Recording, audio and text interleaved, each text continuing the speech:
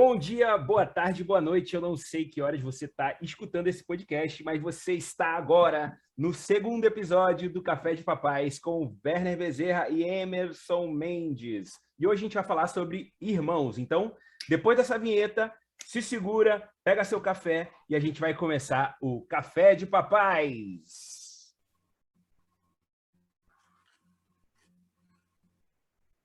Caralho, perdi aqui o negócio.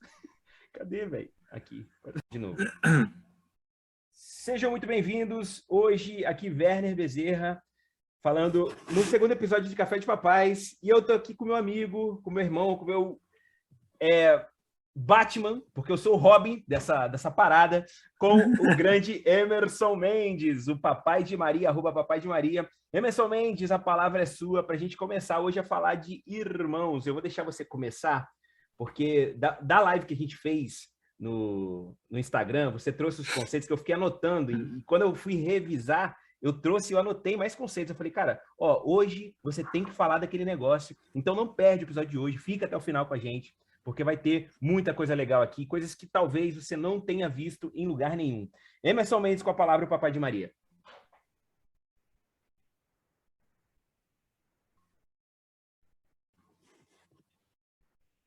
Vamos embora lá.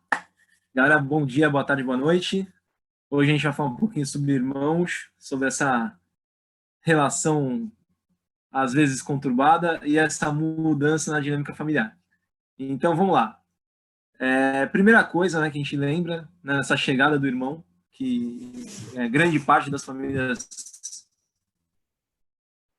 perguntam, né, e das lives a gente viu que foi a pergunta principal era a questão do ciúme. E aí não vamos entrar na questão do ciúme, vamos entrar na questão do sentimento como um todo. O que essa chegada desse irmão gera para a família e gera para o primogênito, né? Então, assim, ciúme é apenas uma das várias faces desse sentimento que ele vai sentir. Por quê? Na verdade, a gente falou muito, né, velho, na live, sobre a questão da mudança que esse filho novo, essa filha nova traz, tá? E aí eu tô falando do segundo, do terceiro, enfim.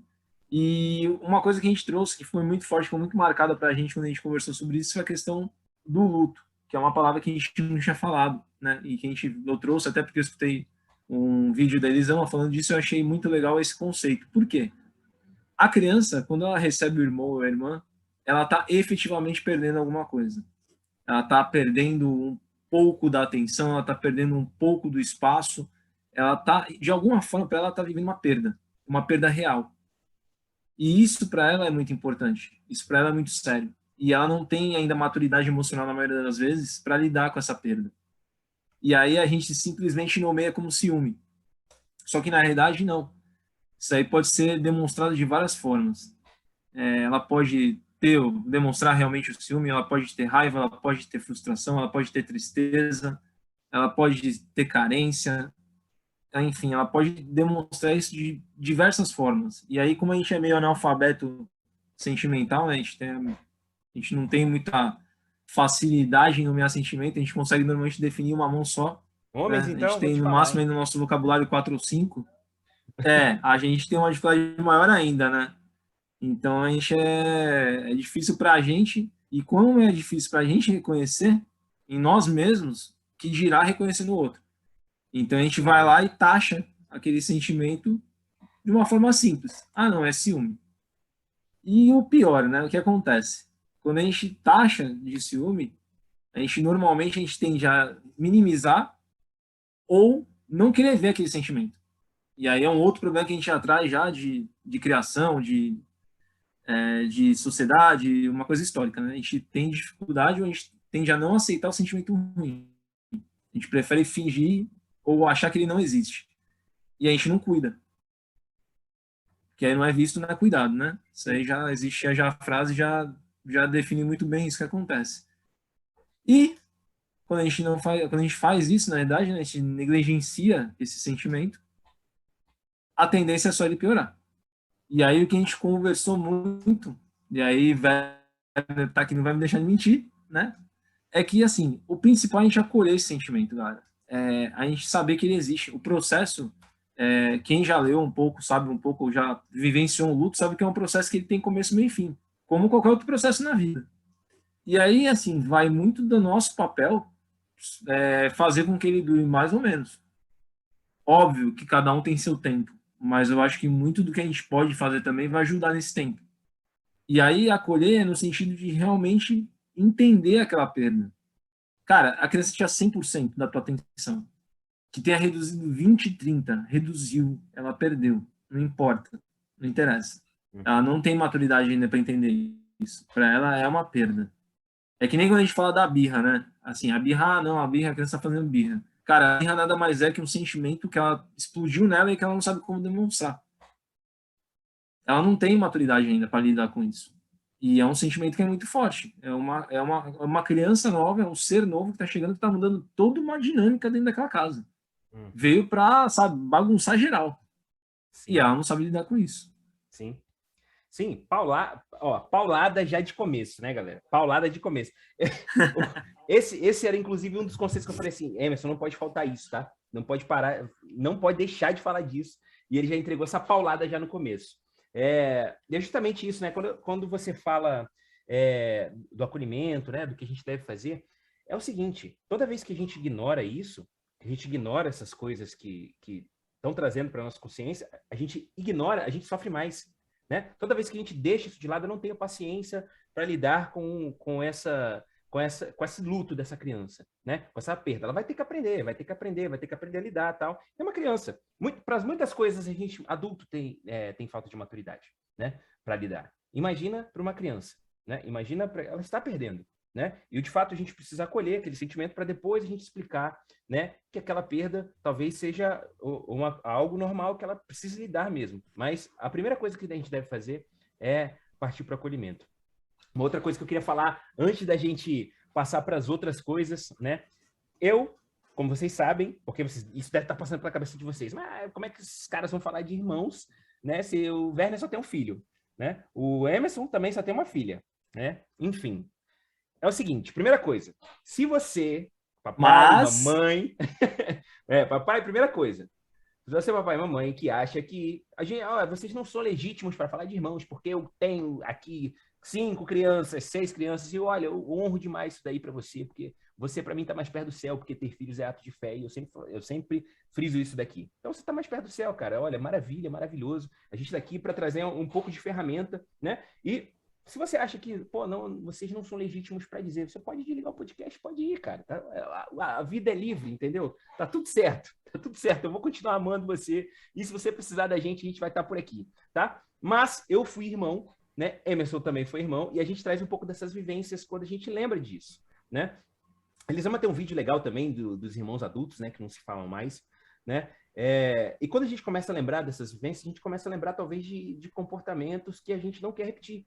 Né? Se a gente for passar aqui e começar a lembrar do ciclo da autossabotagem, o que acontece? Muitos dos comportamentos que nossos pais tiveram com a gente, que a gente não quer repetir, a gente repete, cara. Por falta de consciência mesmo. Falta de consciência desse conceito que o Emerson acabou de trazer, do luto da criança, né? Que talvez ela precise de um acolhimento, ela precise de você ali, cara. Olha só, eu gosto de o Emerson tem uma frase que ele não falou no primeiro episódio, mas assim, ele vai falar agora, que eu vou puxar o gancho e ele vai lembrar. Que ele dá nas palestras do nosso curso lá. Toda criança merece estar do lado de um campeão. Toda criança merece estar do lado de campeão. Ele vai puxar a frase já. Toda criança merece estar do lado de campeão. E ser um campeão, cara, é ter esse olhar para o acolhimento. Quando a criança precisar. Entendeu? Nesse período, cara, quando você perceber que tá rolando ali um movimento, da criança nasceu teu segundo filho, a criança tá no berço ali. Eu tenho certeza que quando nascer, eu falo que eu profetizo. Eu já sei que vai ser menina.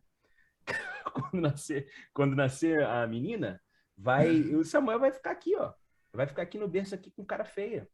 Porque de fato ele tem a nossa interação aqui. A gente separa um momento para estar com ele, né? A gente tem esse cuidado. Então eu sei que vai ser uma perda. Vai perder o que o Emerson falou, vai perder os 5% ali, 20% da atenção, porque vai dividir. E aí também mora uma boa oportunidade para a gente inserir alguns valores, inserir alguns conceitos, mas tudo tem que partir de um certo acolhimento, tá? Vou tocar essa bola pro Emerson aqui, tipo Bebeto e Romário, que o Romário é o Emerson, eu sou o Bebeto. Eu só balanço o menino neném. Então, Emerson, puxa tua frase aí e... Galera, a frase é a seguinte: o amor é o molde dos campeões. Simples assim. Ele é que molda. E isso aí, assim, gente, aí fazendo um parênteses, é comprovado, tá? Qualquer estudo que vocês pegarem de estilos parentais, vocês vão ver que sempre, por mais que você erre na permissividade no afeto, ele ainda é melhor do que você ser extremamente autoritário e rude ou agressivo, enfim. Por mais que você ache que de repente está sendo mole demais, isso é comprovado, que no futuro ainda vai ser melhor do que você agindo na outra ponta, aí no outro lado da moeda. E aproveitando esse toque aí, esse passe aí do nosso Bebeto, a gente não tem mais de um filho, como o Werner falou, mas a gente tem essa vivência de irmãos. E a gente brincou muito que, assim, a gente falar sobre irmãos é uma oportunidade de releitura da nossa infância. Da gente revisitar muita coisa do que aconteceu com a gente e da gente entender muitas dinâmicas. Então, por exemplo, eu lembro de algumas coisas muito claras. Minha irmã é mais velha e minha irmã é muito inteligente. Então, outra coisa que acontece muito, e aí até mesmo a gente tentando evitar vai acontecer, tá? É a comparação. Isso a gente também falou na live e assim, eu acho que é importante a gente sempre ressaltar. Eu cresci muito tempo na sombra da minha irmã, de ter que acompanhar os passos dela e tentar sempre superar. O que acontece? Eu sou competitivo, então é uma característica minha. Então, de certa forma, eu sempre lidei bem com essa comparação, porque para mim era um estímulo. Tem criança que não lida bem com isso, pelo contrário, tá? Tem criança que vai se sentir soterrada com essa comparação. Só que qual é o detalhe? Muitas vezes a comparação não vinha dos meus pais. Não vinha do meu pai, não vinha da minha mãe, vinha do vizinho, vinha do diretor da escola, que minha irmã tinha estudado. Tu Eu conta nunca uma me história, esqueço, eu né, cheguei do numa escola diretor? uma vez, minha irmã... Tu conta uma história do Então, diretor. cara, essa história, pô, é nítida pra mim. O diretor chegou, eu tinha acabado de chegar na escola, eu nunca me esqueço, era a quinta série, né, na nossa época, né, que agora mudou tudo, né, mas a gente é um pouquinho mais velho. E eu cheguei lá, o diretor veio conversar comigo, e minha irmã foi a primeira turma que se formou no colégio, era um colégio novo até. E o cara chegou pra mim e falou, meu, tua irmã se formou aqui com louvor, eu não espero nada menos de você do que eu vi nela. Aí já deu Eita, aquele pega. pá, né, você já chega com aquele soco no peito, tu fala, meu, a régua tá alta. Uhum. E assim, só que eu encarava numa boa. Tem criança que não encara. E a gente tem que pensar muito nisso. E vai dar gente, assim, né? Primeiro, não fazer essa comparação, porque apesar de serem crianças criadas no mesmo lar, e a gente falou disso na live também, a criança nunca cresce exatamente na mesma casa, gente. Isso é uma falácia que a gente inventou, ou que a gente criou na nossa cabeça e que a gente acreditou por muito tempo. Por quê? Você teve o primeiro filho, que nem vai ter o Samuca, tive a Maria Flor. A casa funciona de uma forma. E foi o primeiro filho. Então, muita coisa do que aconteceu a gente não sabia como é que funcionava. Agora a gente já sabe. A gente aprendeu alguma coisa, né? Alguma coisa a gente deve ter aprendido nesse caminho. Chegou o segundo Era filho. para Então, acontecer. muita coisa que a gente se bateu lá atrás, a gente não vai se bater mais. Só que, além disso, já tem uma criança na casa. Então, a dinâmica, a engrenagem toda da casa é diferente. Então, ela não vai viver na mesma casa. Ela vai ter uma criação diferente. Cerne das coisas, ok, valores, né, da família, etc. Isso daí é o tronco. Isso aí, beleza, você mantém. Mas as demais coisas mudaram. Você já não vai ter mais o mesmo cuidado. A criança já vai ter normalmente, né, o segundo já tem uma leveza, porque você já não se preocupa tanto, você não tem tanto medo que faça as coisas. Muda uma série de coisas. E eu brinco que, assim, nem o gêmeo, que deveria ser idêntico, você vê que em determinado momento ele vai para uma bifurcação, cada um vai para o lado. Eu tinha amigos meus que eles eram idênticos, cara. E depois de adultos, os caras são totalmente diferentes. Por mais que sejam iguais, né? Parece um paradoxo muito louco. Mas não é. E as crianças são isso. E assim, e aí você tem essa comparação, você tem essa dinâmica que muda. Então não tem como você cobrar que sejam crianças iguais por serem indivíduos diferentes e criados em ambientes diferentes. É contraproducente você esperar uma coisa diferente disso. Uhum. É como Né? é o Fala rio, aí, né? Romulo, É o, Bebeto. é o, é o homem que não mergulha no mesmo rio duas vezes. Não há como. O livro que a gente lê, a gente não lê duas vezes. a gente tem uma mania de generalizar as coisas, principalmente quando a gente está falando de irmãos, né? Na mesma casa. Cara, dá para construir. Nossa, dá para ir muito longe aqui quando a gente fala de comparação, né? E do quão nocivo pode ser uma comparação entre irmãos, né? Quando a gente lembra de alguns casos, principalmente da nossa infância, eu lembro de um específico meu que eu sempre fui muito bom de comer. Eu conto isso na live também. Fui muito bom de comida. E sou bom, né? Hoje, se eu não fizesse exercício, gente, eu era do tamanho do Jô Soares, mas com certeza, né? É, eu como bastante, cara, como muito mesmo. Se deixar, eu rebento. E a minha irmã, e eu sempre fui assim desde pequeno, e a minha irmã não era boa de comer, cara, não comia bem, e a gente foi criado com a minha avó, e a minha avó era sempre muito dura com esse negócio de comida, né? Colocava a mesma comida para os dois no prato, né? E a gente pode lembrar do conceito de equidade, ela botava a mesma comida para mim, um homem um pouco mais velho, e para ela a mesma comida, tinha que comer os dois, e tinha que comer na mesma velocidade, acabou, tem que levantar e tchau. E aí, porra, ó, hoje a minha irmã tem um paladar infantil por conta disso. Eu não sei se ela conseguiu melhorar isso, essa parte, mas assim, o tanto que foram oferecendo, e eu lembro de uma. O Emerson teve sorte, não apanhou na infância, né, Emerson? Não tomou nem um tapinha, né? Não. Eu tomei um bocado. Aí a minha irmã, cara, tem um episódio que ela falava assim, teve uma hora que ela falou assim para minha mãe, minha falecida mãe, e os direitos da criança? Rapaz, quando minha irmã não queria comer, ela falou, e os direitos da criança? Ela falou, cara, que os direitos da criança? Val! Cara, aí todo mundo ficou assim, estarrecido, tipo, aquele almoço de domingo, assim, sabe, que ficou preto e branco, estilo Avenida Brasil. Todo mundo ficou, caraca, o que tá acontecendo, cara? Sabe? Por conta de uma comparação e uma pressão que os terceiros estavam colocando, e a minha mãe também, né, ficando pressionada com aquilo, porque não tá comendo, porque não sei o quê, porque a culpa é minha, e bababá. Né? E a criança, no meio disso tudo, nesse redamoinho de coisas, né? E a minha irmã até hoje tem um paladar infantil por conta disso. Essa é uma das comparações que eu posso trazer aqui. Minha irmã também não era muito boa quando a gente entrou no colégio militar, tirava notas ruins. Ela chegou a reprovar ficar de exame, né? E eu passar. Aí pronto. É porque Verne conseguiu. Você aí, ó, exame. Por que não faz igual a Verne, sabe? E aí a gente não consegue respeitar ali a individualidade, talvez observar, né, que as crianças são diferentes, que elas têm demandas diferentes, necessidades diferentes para serem atendidas ali, né? E é um trabalho muito de observação mesmo. Tem eu falei do conceito de equidade, eu gosto de trazer tem um memezinho que é o professor chega, vocês devem procurar na internet, vai ter. Tem um professor, ele fala assim, tem um macaco lá, tem o elefante, tem, sei lá, o tigre e tem o pato. Aí ele fala o seguinte, ó, a prova de hoje é quem é o primeiro a subir lá no topo da árvore.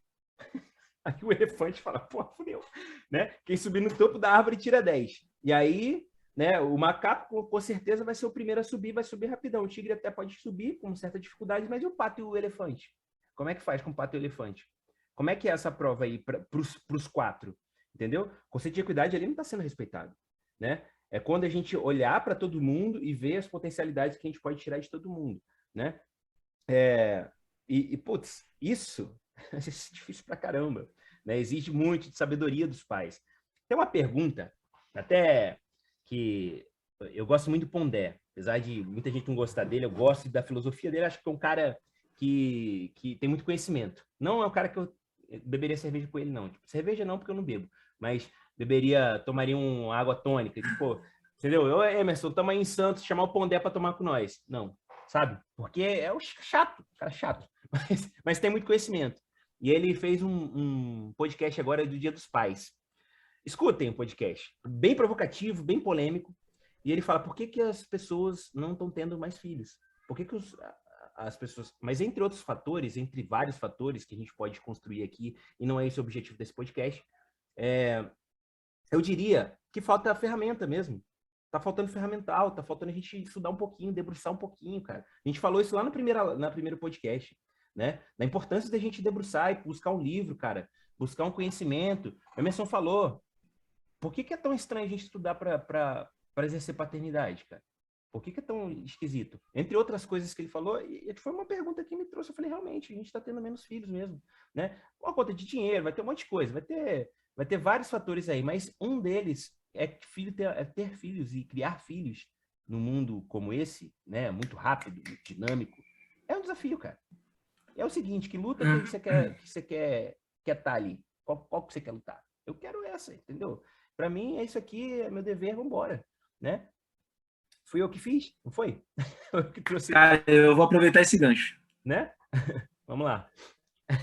Eu vou Puxa. aproveitar esse gancho. Assim, me lembrou uma coisa muito. Esse assunto foi bom. Porque, assim, galera, normalmente, a chegada do irmão é precedida num desejo dos pais, né? De ter um Uhum. segundo filho. E, cara, eu já vi muita gente se perguntando, e eu já vi muito educador parental respondendo. E acho que a pergunta de 1 milhão é: por que você quer ter mais um filho? Porque o que o Werner falou, cara, tem uma profundidade, apesar de ser polêmico, é um negócio muito louco. Porque, assim, as pessoas julgam que você não querer ter filho é um ato egoísta, Uhum. quando você não quer. E aí eu tava lendo até, inclusive, antes da gravação hoje, eu tava lendo um pouquinho, tava vendo o Instagram, e aí eu sigo a Vera Iaconelli, eu gosto muito dela. E ela tava falando justamente disso, né, que assim, a sociedade julga que é egoísta você não ter filho, sendo que o ato de ter filhos é uma das atitudes mais narcisistas que nós temos. Porque os filhos Como é que normalmente é? Como é que alimentam é? nosso Repete, ego. repete, repete, repete, repete. Vou repetir.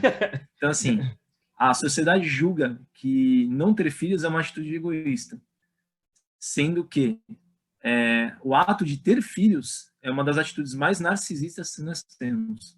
Caraca. Porque o que acontece? Nessa concepção, o filho ele alimenta nosso ego. O filho, e aí a gente já conversou várias vezes sobre isso, né, cara? Muita gente tem o filho e o filho acaba sendo a extensão daquilo que a pessoa não realizou. E Uhum. aí tem a pegadinha, e aí era o gancho que eu queria aproveitar da questão do irmão. Muita gente tem um segundo filho, né? Fala, pô, filho único, não vou deixar meu filho sozinho. E, gente, assim, pensem da seguinte maneira: nada nessa vida é garantido. Você ter o segundo filho, seu filho ter um irmão ou uma irmã, não quer dizer que eles vão ser parceiros, tá? Uhum. Não quer dizer que eles vão se ajudar, não quer dizer que eles vão dar as mãos na velhice, Uhum.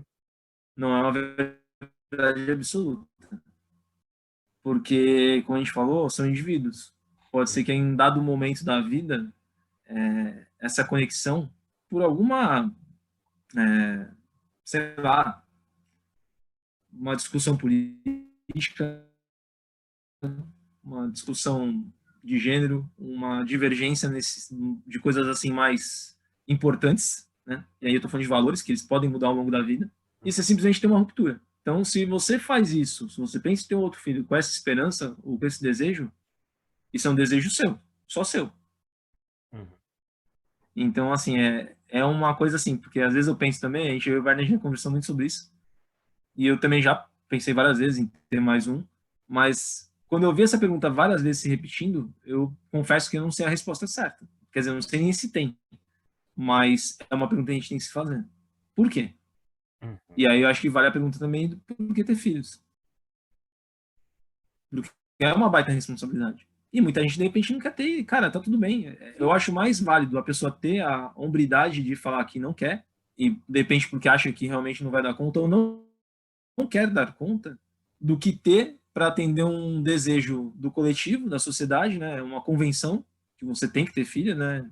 Que principalmente pesa em cima da mulher, né? A mulher principalmente é esmagada por essa pressão de ter que ser mãe.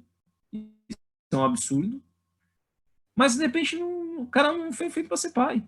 Sim. Ou a mulher não quer ser mãe, e tá tudo bem, gente. A sociedade continua. A Tá pessoa tudo tem a certo. individualidade dela, é um direito dela. Uhum. Acho que a gente tem que respeitar. Sim. Valeu pelo gancho, Bebeto. Show. Não, e é legal isso que você falou, cara, porque eu deixo claro, eu tenho uma crença aqui, tá, galera? Eu tenho uma crença aqui, para mim, Werner Bezerra, tá? Um homem precisa passar pelo exercício da paternidade para alcançar a felicidade plena, né? Não estou dizendo que você não vai ser feliz se você não for pai, tá? Você vai ser feliz, mas felicidade plena, que eu acho que pouquíssimas pessoas vão alcançar, talvez eu nem alcance sendo pai, né? Eu acredito que precisa, porque eu cresço muito, eu acho que a gente cresce muito quando tem um filho, né? Quando se coloca no exercício. E não é quando tem um filho, quando coloca o exercício da paternidade mesmo. Mas eu concordo, assim, número, gênero e grau, quando você fala, cara, é muito mais bonito eu dizer que... Porque você não precisa concordar com a minha crença, você não precisa concordar com a crença do Emerson, você não precisa concordar com crença nenhuma, né? A vida segue aqui. Essa é a minha crença. Eu acredito, né? Pelo que eu vejo nas rodas de conversa que eu participei, né? Gatilho de transformação, inclusive dos homens. Acho que é o segundo maior gatilho de transformação dos homens é a paternidade. Quando o homem tem um filho, a cabeça dele dá uma girada. E não é girada na hora que pega o filho, não. Como a gente falou, é num processo. É um processo de cuidado, é um processo de, caraca, isso daqui que eu estou fazendo, eu não quero para esse pequeno indivíduo aqui, que depende do meu trabalho, do meu serviço, né? O homem ganha outra... Cara, aconteceu comigo aqui. Aconteceu comigo total, né? E eu vejo com muitos amigos meus. Mas eu concordo quando o Emerson fala que é muito mais bonito. Tem uma música agora, lembrei agora, veio aqui, ó, música do Xande de Pilares. Olha como é que esse podcast é filosófico.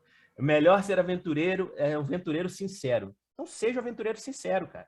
Ele tem uma música, eu não vou lembrar aqui agora a música. Se der, eu vou colocar na edição do podcast. Vou falar com o Lucão, nosso editor. Vou falar para ele colocar. Aventureiro sincero, entendeu? Que ele fala, pô, é muito mais bonito você deixar jogar limpo com você mesmo. Ó, cara, esse negócio de pai não é para mim, não quero, né? Para mim, e essa crença aí que você tem é furada, tá? Eu vou exercer aqui, vou viver minha vida aqui tranquilamente, né? Sem ser pai. E tá tudo certo, galera. Tá tudo certo. Né? Não, ninguém vai falar assim que você é menos homem, ou um homem imaturo, ou uma pessoa imatura, porque não exerce esse papel. Tá tudo certo, tá? Inclusive eu, que tenho essa crença, que eu acho que a felicidade plena passa pelo exercício de paternidade. Mas é animal isso aí que você trouxe, cara, muito maneiro mesmo. E é uma pergunta que a gente deve fazer. Quando eu penso nessa pergunta, por que a gente está tendo poucos filhos e por que eu quero ter filhos? Se eu, ou se você que está escutando aqui agora, pensa em filhos como projetos de felicidade, projetos para você, projetos de felicidade para eles, inclusive, né? Colocando que eles... Porque quando eu falo, se eu falar da filha do Emerson aqui, eu tô falando mais do Emerson, eu cutuco mais o Emerson do que a filha dele. Se o Emerson falar do Samuel, ele cutuca muito mais o Werner, cutuca muito mais a Mariane do que o Samuel. Samuel mesmo... Mas quando ele cutuca, fala, esse garoto aí, né, fala alto, mas fala alto, Samuel, né? Mas grita, mas faz bagunça, faz birra na loja. Olha como que é. Tá cutucando muito mais os pais, né? O que estão fazendo de errado? Tem alguém fazendo alguma coisa errada aí. Tem alguém tem alguém errando nessa educação dessa criança. Então, quando a gente leva os filhos como projetos, né, quando a gente pensa em ter filhos, né? Vou ter mais um filho aqui, que eu vou ter o meu filho, uma vai ser médica. Quando eu falo profetizo, eu quero que seja uma menina para que eu tenha um casal, né? Talvez, será que, tipo, se colocar, pensar, será que isso é um projeto de sonho americano, sonho brasileiro do Werner? Tipo, ter um casal, um cachorro, igual aquela música, cachorro, dois, eu não sei essa música do... Eu tô ruim de música hoje, mas como é que é a música do sertanejo? Mas é aquela cena da família Doriana, né? Vamos falar assim, né? Isso, entendeu? Será que eu tô com isso? Né? Lembra a propaganda? Tinha aquela cena da família Doriana? Exatamente. Porque a felicidade é o quê? Se a expectativa e a realidade, né? Enfim, eu sei que não vai dar, entendeu? Se tiver que ser projeto, talvez seja melhor refletir um pouco e parar, né? Não, preciso realmente entender aqui por que eu quero ter filhos, né? É um serviço, é uma missão, eu quero me colocar aqui para amadurecer e crescer junto com esse indivíduo que está sob minha responsabilidade, eu quero ser margem desse indivíduo, eu quero pagar esse preço, né? Não para alcançar um fim, mas para viver esse processo, né? Porque a gente tá sempre querendo alcançar um fim, Quer dizer que se o seu filho não alcançar os projetos que você fez para ele, tipo, não valeu de nada aquela convivência. Porque se ele não formou em medicina, direito, ou seja lá o que for, não foi empreendedor, o CFO que você e pensou para ele, não valeu de nada, entendeu? Essa é uma pergunta, tá vendo? Como o Pondé é um cara chato, só que ele deixa uma pergunta que talvez a gente precise entrar em reflexão mesmo, né? Enfim, joguei a bomba aí e é com você. Não tem resposta não, porque filho não tem manual. Não tem manual. Mas acho assim, também não vamos. Assim, galera, tem o lado. A gente trouxe a reflexão antes da gente pensar o porquê. Mas tem todo o aspecto positivo também, tá? A gente conversou também, quando a gente fez a live também sobre isso. O que acontece? E aí vai muito do nosso olhar para essa questão dos irmãos. Quando você tem 2 filhos, a gente falou isso bastante, a gente conversou sobre isso bastante, eu pensei muito sobre isso depois. É a primeira relação fraternal que eles vão viver na vida deles, tá? Legal, bom você trazer E isso. vai ser a primeira relação de competição e, vamos dizer assim, níveis de igualdade. Por quê? Por que eu falo de níveis de igualdade? Porque vamos pensar numa hierarquia dentro da casa, né? Você tem o pai e a mãe, são as figuras de autoridade, e aí eu tô falando em figuras, tá? Não tô falando em autoritarismo, nada, tô falando em figuras. E aí você tem o filho, você tem outro filho, obviamente, ele tá na mesma linha, né? Hierárquica ali, dentro daquele esquema ali, daquela dinâmica familiar. Então, vai ser a primeira vez na vida dele que ele vai se deparar com esse tipo de confronto, de competição ou de, enfim, o que você quiser nominar. E isso para ele, tá? Para ambos na realidade, vai trazer uma série de aprendizados no médio e longo prazo, de negociação, de resiliência, de lidar com frustração, de aprender a compartilhar. Pode ser, e aí dependendo da idade do seu filho, né, mais velho, que de repente algumas desses problemas, né, entre aspas, vamos dizer, você não tenha. Porque se você tem um filho mais velho, muito mais velho, ou dependendo do tamanho da casa onde você mora, eles vão ter que dividir quarto, de repente não vai ter que dividir brinquedo, de repente não vai ter que dividir a bicicleta, o skate. Mas, dependendo da idade, vão. E assim, uma das coisas que a gente mais peca é a gente se envolver nesse tipo de resolução de conflito, tá? Então, isso é uma dica que eu acho legal deixar para vocês. A criança, ela tem que saber, eles têm que saber se resolver entre eles. Por que acontece? Quando você interfere, você está pendendo para um lado. E aí eu não estou falando questão de ser justo ou não, de quem está certo e está errado. Se você já tem, já quando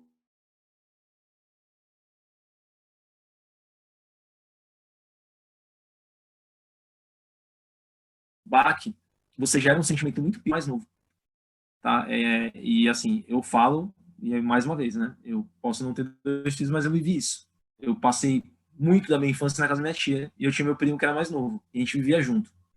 E tudo que acontecia era eu, que eu era o mais velho.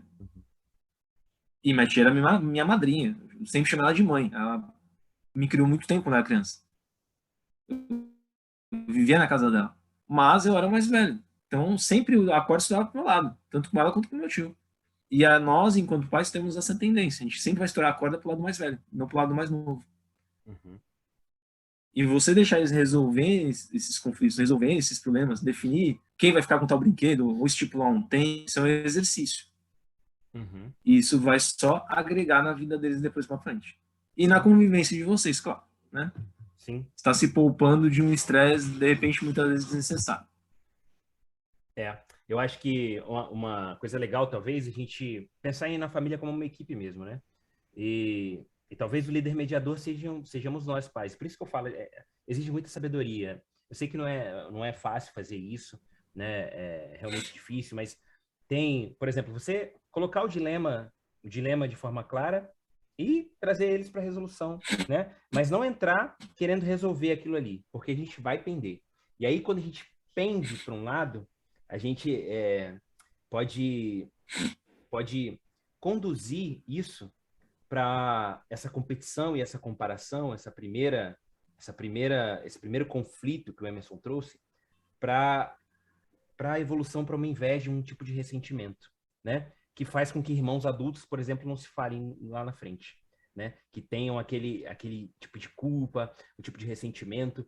Aí, por exemplo, vamos pegar aqui uma história que todo mundo conhece, Caim e Abel, né? Se eu pensar em Caim e Abel, voltando filosoficamente lá atrás, né? Existe uma preferência da mãe, né? Que ajudou ali o próprio Caim assim, ajudou, era o preferido da mãe, né? Era o preferido da mãe. E aí, enfim, você percebe que essa preferência fez com que um irmão matasse o outro, né? E é o primeiro indício que a gente vê de inveja, da inveja crescendo, né? De uma condução ruim, assim. Então, quando a gente prefere um irmão, tem aqui nesse livro Comunicação Não Violenta, eu lembro de ter lido e aparece uma lista, um rol de sentimentos e emoções. Até tá aqui, ó. E eu lembro de ter circulado alguns. Eu falei, cara, tinha alguns aqui que eu nem sabia que é. Complacente, se sentir atônito, sentir hábito, sentir encurralado, enclausurado. Quem que fala isso? Eu estou me sentindo enclausurado. Nem a gente adulto, né? E a gente não ensina para as crianças isso e talvez se sentir preterido, né? Estou me sentindo preterido nessa relação. Isso depende muito de abertura, né? De abertura de diálogo com a família e de trazer como equipe, né?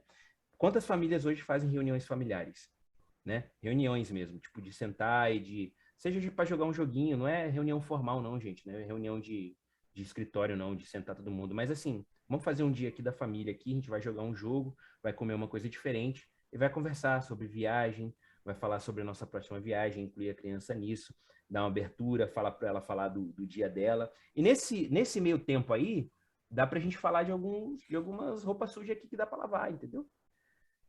Então, de repente, né, fazer esses pequenos atos aí, separar um dia para fazer essas reuniões de família, a gente faz algumas aqui, né? Apesar do Samuel ter 3 anos só, hoje a gente jogou Pula Pirata, eu tava jogando Pula Pirata agora, até agorinha, tava jogando Pula Pirata com ele ali, né? E aos pouquinhos a gente vai falando algumas coisas, perguntando como é que tá a escola, e para aos poucos ele já ir se acostumando, que pelo menos uma vez no mês a gente vai estar junto, vai fazer essa abertura, vai inserindo algumas coisas no vocabulário dele, né?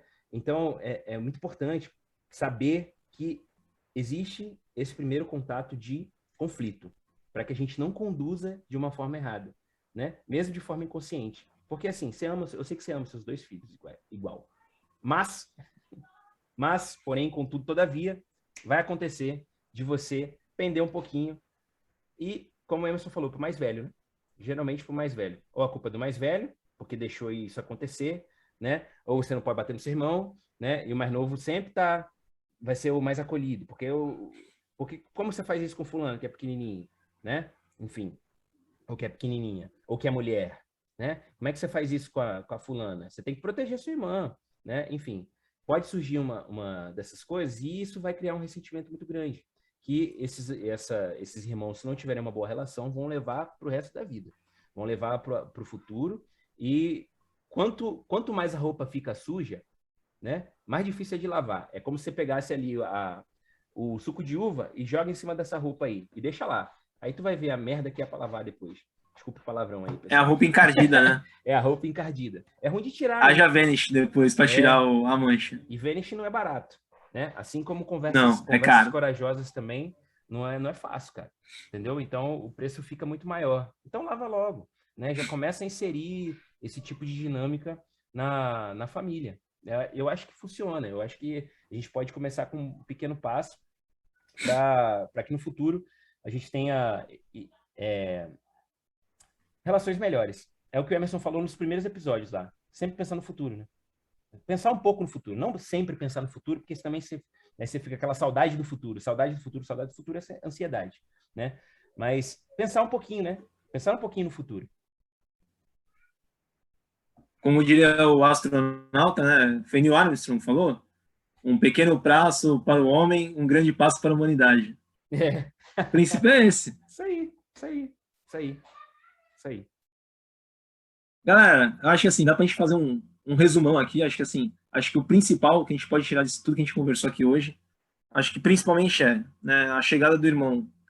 A gente tem um olhar diferente pro primogênito, a gente tem um olhar de empatia e de acolhimento com essa criança, por tudo que ela vai passar nesse processo, que para ela é um processo de perda.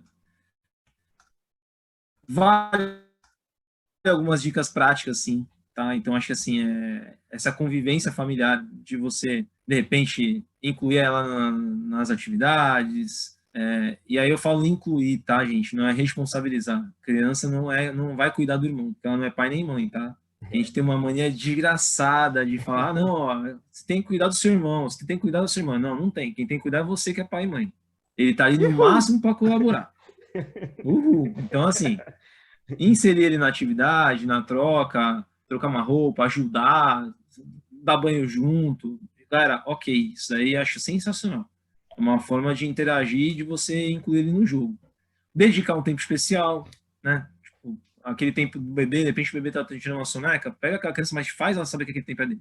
Ó, não, agora vamos ter só eu e você, você é a mamãe, você e o papai, vamos assistir um filme, vamos ver alguma coisa. Se tiver rede de apoio, por mais que a gente esteja aqui nesse momento de pandemia, agora, se bem que agora com a vacinação talvez seja um pouco mais fácil, aproveita, às vezes deixar o bebê um pouquinho, né, com a avó, com o vô, para poder pegar o mais velho aí, fazer um roteiro diferente, uma coisa mais que não é tão comum, não é uma coisa do dia a dia, sair um pouco da rotina. Acho que tudo isso é válido, tá? Não vai resolver o problema, como a gente falou, é um processo que tem começo, meio e fim, mas facilita. Acho que é uma forma de você colocar a criança no jogo junto com você. Show. E uma que eu queria deixar aqui, antes da gente passar para os filmes, para os livros, né? Que a gente sempre deixa no final nossa indicação de filmes e livros. Então, muito obrigado por você estar aqui até o final, para pegar, inclusive, as dicas de filmes, dicas de livros, né? Que no final quem ganha é você. A gente agradece, mas quem ganha é você, que você fica até o final aqui. Uma pergunta que eu deixo aqui para que a gente... Porque eu acho que do que a gente falou aqui, o mais nocivo é a comparação, né? As comparações nocivas e a forma como a gente conduz isso, né? Como é que eu faço, né? Mudar essa pergunta para fazer como é que eu faço para respeitar a individualidade de cada um aqui e tratar cada um como indivíduo.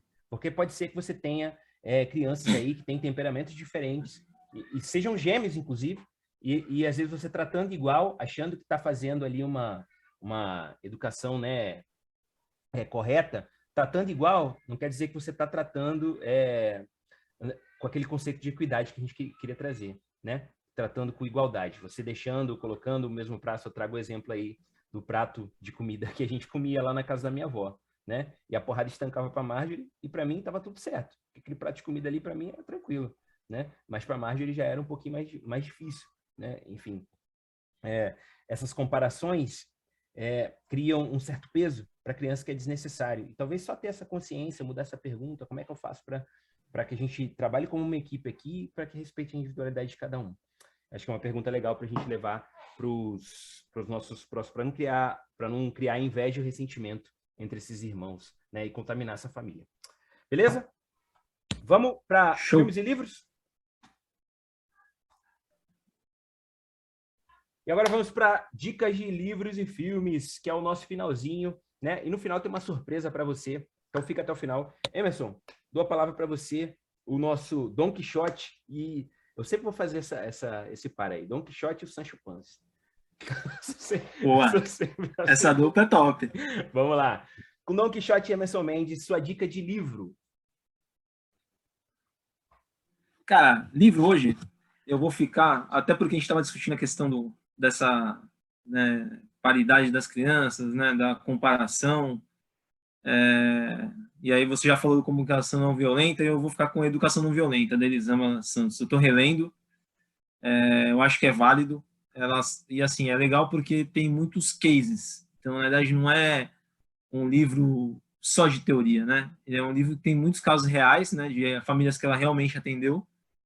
Tem muitos casos de crianças que têm irmãos ali, então acho que vale a pena, é uma leitura que agrega bastante, traz muito conceito legal, e é leve também, tá? Assim como as primeiras que a gente indicou, acho que é uma leitura mais agradável, não é um livro extenso, não é um livro grosso, acho que é um livro que dá para a galera, para iniciar aí, dá para ir tranquilo. Uhum. Show. Muito bom isso aí. Minha educação não violenta de livros é foda. Minha indicação de livros, minha indicação de livro é Comunicação Não Violenta, do Marshall Rosenberg. Para quem está no YouTube aqui, ó, é esse livrinho aqui. Ele não fala de irmãos diretamente, né? Ele tem alguns cases aqui, mas trazendo algumas conversas, algumas simulações de conversas tem uma aqui que eu gosto muito entre um pai e um filho adolescente. Não sei se você já leu esse livro, o Emerson, mas Já. tem É aqui, muito bom. tem uma aqui que eu até circulei, eu falei, caraca, quando chegar a hora é isso daqui que eu vou modelar. Mas ele é um livro que ajuda, por exemplo, nos conflitos nessa condução, né? Da comparação, você entender as necessidades, como quando que as pessoas em geral, mas trazendo para a educação de filhos aqui, as necessidades não atendidas podem mostrar um pouco do que teu filho está sentindo ali em relação aos irmãos. Então, pode ser um livro que ajuda bastante a resolver alguns conflitos, né, que podem surgir nessa relação de irmãos. E assim, se você tem um filho só, enquanto ele não vem, vai treinando com as pessoas, sabe? Vai treinando com a família mesmo, vai treinando esse tipo de comunicação com a sociedade em geral, com a tua comunidade, tá? Vai funcionar bastante. E quando as crianças chegarem, você já vai estar, entendeu? Pronto para exercer esse tipo de comunicação, porque é um desafio muito grande colocar isso daqui em prática, tá? Exige uma certa calma interior para colocar todos esses aspectos aí, exige bastante evolução interna mesmo, olhar para dentro, mergulhar, para conseguir colocar isso em prática. Mas de fato, uma técnica de relacionamento pessoal e profissional, inclusive, que é muito boa, né? Tem que E dizer, acima assim, de tudo, o exercício de escuta, né? sim, sim, demais, demais. O diálogo começa aí. Eu acho que a gente conseguir, para que o diálogo não passe, não fique só na página 2, que ele consiga avançar, esse livro aqui, para mim, é essencial. E tem aquele azulzinho também, do Dale Carnegie. Mas esse daqui, assim, pensando em educação de filhos, pô, em família, né, em diálogo com a família, acho que isso aqui é bem legal. E vamos para a indicação de filme? Posso começar, então? Já que você Pode começou começar, a bora. outra? Beleza. Meus filmes não têm assim uma relação de irmãos, de fato, mas são filmes que eu vou explicar, vou trazer o propósito de cada um. Mitchell, a família Mitchell é a Revolta das Máquinas. É um desenho, velho. Isso. Família Mitchell é a Revolta das Máquinas. Por que eu gosto desse filme aí? Porque a gente falou aqui de um negócio de reconhecer a individualidade de cada um. E tem a relação do pai e da criança, da filha adolescente, mostra um pouco da inconsciência do pai em relação à individualidade daquela filha e o cenário que ela está inscrita, né? E depois que ele reconhece, o filme é bem divertido, dá para assistir com a família inteira, mas para gente, para pais que estão estudando, enfim, que vão ter esse olhar, eu queria que vocês olhassem para essa relação e talvez a gente se enxergue, né? A gente se enxergue talvez vendo que, putz, como é que eu faço para entrar na perspectiva desse garoto, dessa criança, de outro indivíduo, né? Eu acho que é um exercício legal. Só por conta dessa relação, eu já indico esse filme. Mas o filme é muito bom, muito legal. Outro filme é Anjo Malvado, do Macaulay Culkin. Por que eu tô trazendo esse filme? Eles nem são irmãos, eles são Desenterrou, hein, primos. velho? Eles são primos. É porque, cara, eu tive uma experiência com esse filme. A minha mãe, assistindo esse filme, ela falou assim, ela falava do Elijah Wood, que era a coisa mais linda do mundo, que era lindo, que não sei o quê, que o garoto era lindo, e eu escutando tudo aquilo, cara, eu fui ficando, eu senti como se ele fosse, se a minha mãe amasse mais aquele garoto do que eu, entendeu? Tipo, e foi como se se eu tivesse um irmão e tivesse acontecido aquilo, talvez fosse o ressentimento que eu ia levar pro resto da vida, porque eu não sei se eu teria abertura para falar. E aí minha mãe percebeu que eu fiquei irritado, porque eu não falei para ela, mas eu fiquei emburrado e ela, o que está acontecendo? O que está acontecendo? Aí ela começou a ligar os pontos e conversou comigo. Mas assim, talvez a gente esteja fazendo essa preferência por irmãos, né? E não perceba, sabe? Enfim, eu só trouxe esse filme por causa disso. É um filme bom também, tá? E o último filme que tem mais a ver com irmãos é Árvore da Vida. Árvore da Vida, Brad Pitt, Champagne. Já assistiu, Emerson? Árvore da Vida? Muito bom, cara. Árvore da Vida, porra, é sensacional. Assim, e ele tem muita simbologia, né? Muita simbologia mesmo. E mostra um pouco de como uma relação entre um pai e o filho, né? E aquela coisa da mãe também preferindo alguns irmãos, né? E como é que aquilo cresce dentro de um indivíduo que cresce com aquela culpa e com aquele ressentimento, né? Enfim, eu não vou dar spoiler aqui. Eu quero que você assista um filme. e tragam um pouco... E vão no nosso Instagram, né? No Instagram do Emerson, no Instagram do Werner aí, do Werner. O meu, do Iron Dead, para a gente comentar depois, né? Talvez aí a gente faça alguns comentários lá, enfim. Eu quero que vocês assistam. Eu não vou contar aqui o que eu penso do filme, as simbologias que eu penso, né? Porque cada um tem uma interpretação diante das crenças religiosas que tem, né? Enfim.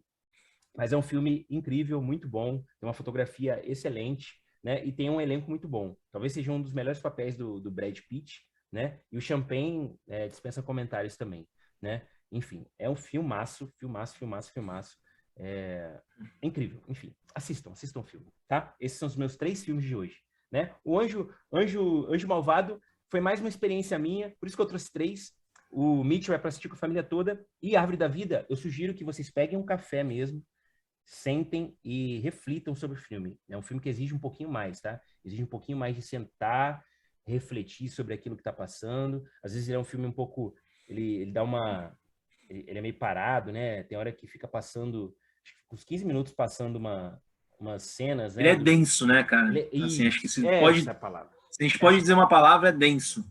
Essa palavra, denso. Então ele exige um pouquinho mais, tá? Então se prepare para ver quando for assistir. Beleza? Emerson, contigo pra gente fechar. Cara, eu trouxe 2. O Vencedor, Mark Wahlberg e Christian Bale, baseado numa história real. São os 2 irmãos boxeadores. Porra, mano, e aí é muito legal porque traz todo um contexto assim, da família que vive em torno do boxe.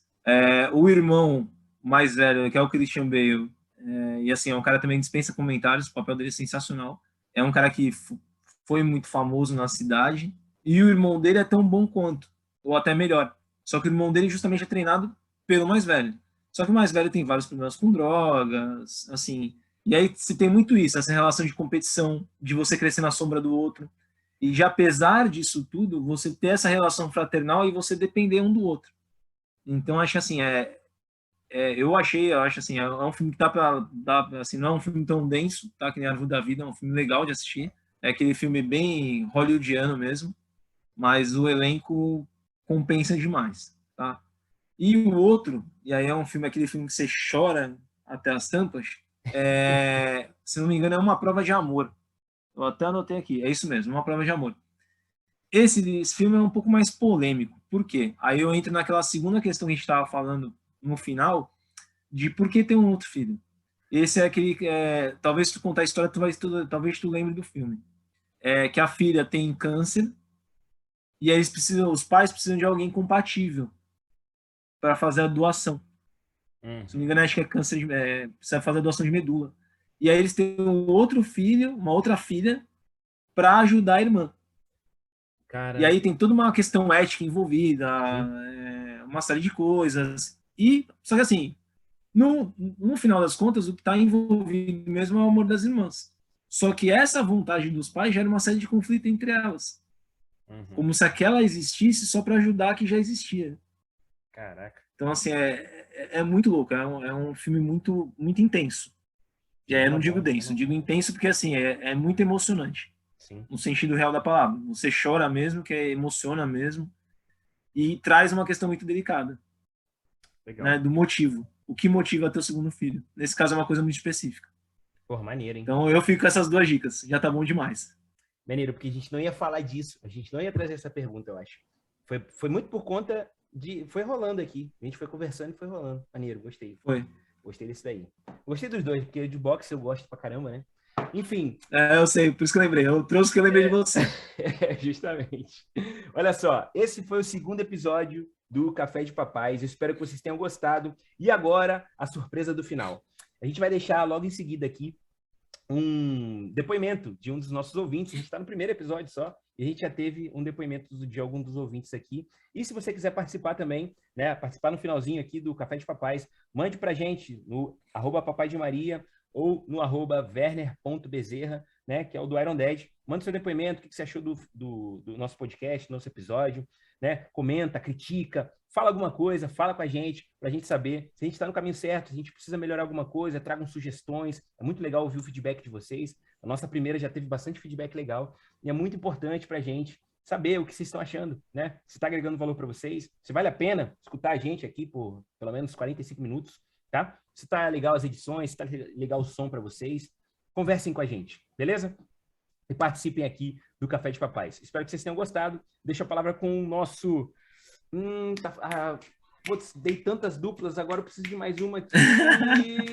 Meu Deus. Batman e Robin já falei, Don Quixote, me ajuda. E Sancho Panza já foi, Bebeto e Romário. Bebeto e Romário. Eu ia para uma... Magic Johnson e Michael Jordan. Pronto, eu ia falar Edmundo e Evair, mas aí vai ficar muito baixo, então vai ficar aí. Tá valendo. Como é que é? Magic Johnson e... Tá valendo. Qualquer dúvida. Então tá certo. Fala aí, meu amigo, pra gente encerrar. Galera, obrigado pela audiência de vocês. É o que o Werner falou, sugestões, críticas, elogios, deixa lá nos nossos Instagrams e nos vemos no próximo episódio, na próxima quinta-feira. Um beijo grande para vocês e até a próxima semana. Seja o herói que seu filho acredita que você é. Tua frase, Emerson, pra gente encerrar. E o amor é o molde dos campeões. Show! Valeu, galera. Aquele abraço. Até quinta-feira que vem.